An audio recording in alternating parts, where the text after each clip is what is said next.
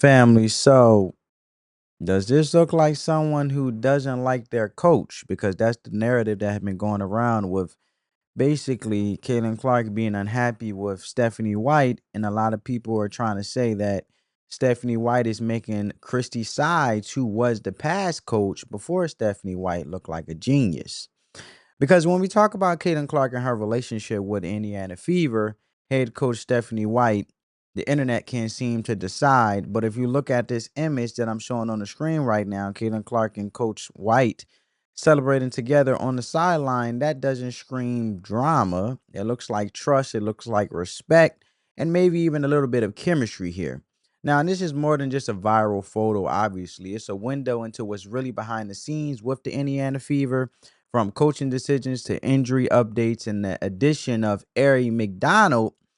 There's a lot more going on than just highlight plays and box scores. Okay, folks. So today we cutting through the noise, the social media rumors, the Twitter takes, the Reddit threads, and breaking down the real dynamics between Caitlin Clark and Stephanie White, and what's shifting with the Fever's game plan, and why fans should be paying close attention to how fast paced basketball is about to become the core identity of this Indiana Fever team.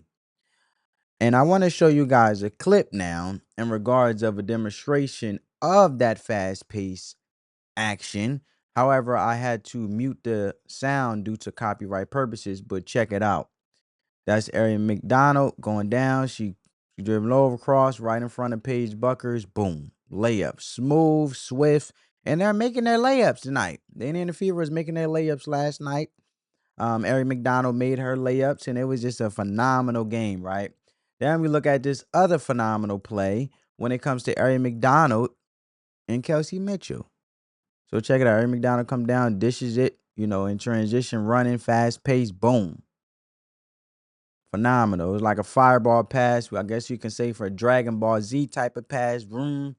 Next thing you know, kush, swift with it. Smooth, simple. Sometimes you got to keep things simple, folks. Sometimes we try to do too much to be extraordinary, but you already can be extraordinary by just keeping it simple, baby. That's it. Know what I'm saying? Just like us men, we like to be loved on simple. Sometimes the women be making it too difficult. You know what I'm saying? They put their own thoughts and assumptions and spews to it. It's the same thing with basketball. Keep the fundamentals, man. So, whether you're here for the latest WNBA news, curious about Caitlin Clark's injury status, or trying to understand the Fever's coaching strategy, we got it all covered. As you can see, I showed you guys 2 clips so far. And this is just a deep dive into the most talked about team in the WNBA 2025 season. And the biggest storyline is the tension between Caitlin Clark and Stephanie White. And there's been a lot of speculation. People are saying Clark doesn't like her coach. Chemistry is off. There's tension behind the scenes. But if you actually look at the facts here, Clark has spoken positively and respectfully about Coach White in multiple WNBA press conferences. She praised her coaching style, her basketball IQ, and how she's helped transition the team through a rough early stretch. And in games, you can see their connection, whether shared smiles, as you guys seen in the photo I showed you guys at the beginning, on the bench, or mutual fist bumps after a big play. Now, does that mean there are disagreements? Of course not. It's business, man. It's basketball, but it's also business. And a team that's trying to phenomenally be phenomenal and thrive and also win a championship. So of course not. High level basketball is full of debates, strategy shifts, and different perspectives. That moment before the Liberty game where Clark and White gave slightly different takes on tempo, that wasn't dysfunction. It was just part of development. It happens. Mistakes, hiccups, you name it, right? And that's just trust, right? Because that's what makes a team great if you really want to think about it. Because players and coaches willing to challenge each other and grow. That's trust. That's not tension. So just watch them after a big Aaliyah Boston bucket. That's not body language you fake. That's buy-in. That's what every WNBA coach wants from their star player, right? Why wouldn't they want like a big like Aaliyah Boston making buckets and making her layups? So one of the biggest criticisms the Indiana Fever have faced in this season is they're playing too slow. especially for a team with Caitlin Clark at point guard. The internet says the offense looks sluggish, that the tempo is off, that Coach White is holding back the pace. But here's the truth: pace isn't about sprinting. You can't rush a fast break offense without the right personnel. Most importantly, without getting stops. You can't run off made baskets. You need defense to fuel offense. And Coach White has shown repeatedly that she's trying to speed things up. So in this recent game that I showed you guys 2 clips so far against the Dallas Wings, she was visibly urging her players to push the ball in transition. This isn't a coach clamping down the tempo to me.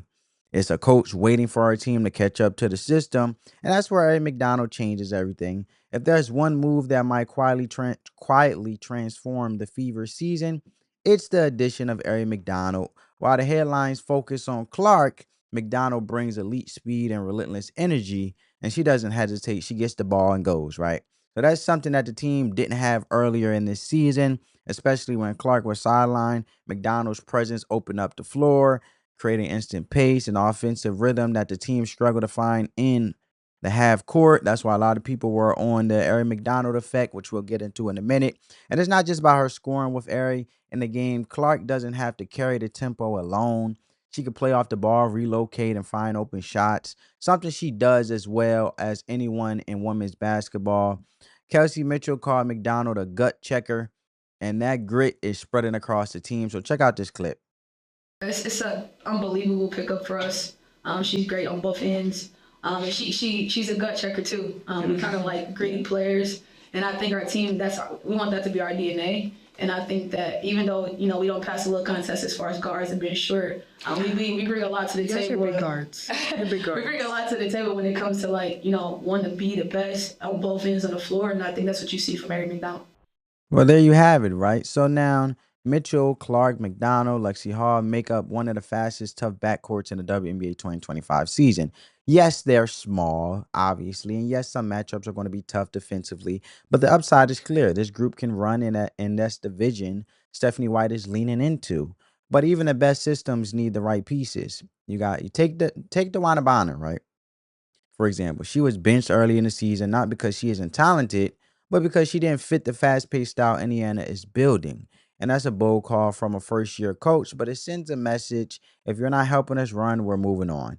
It also signals something important. Stephanie White isn't afraid to make tough decisions, and now why players like McDonald in the fold, the system works. You got speed, shooting, and a big who can keep up. Aaliyah Boston has looked faster than ever this season. Sophia Cunningham is sprinting the floor. Natasha Howard is playing at a higher tempo. This is a team that's being built for speed, not in theory, but in practice. Of course, the entire plan still hinges on Caitlin Clark. Her injury status has become one of the most searched topics in the league, and for good reason. She's the face of the Fever, the WNBA's biggest rookie star, and a major driver of viewership from a business perspective, right? So, I want to get to Stephanie White talking about Clark's injury, right? Update.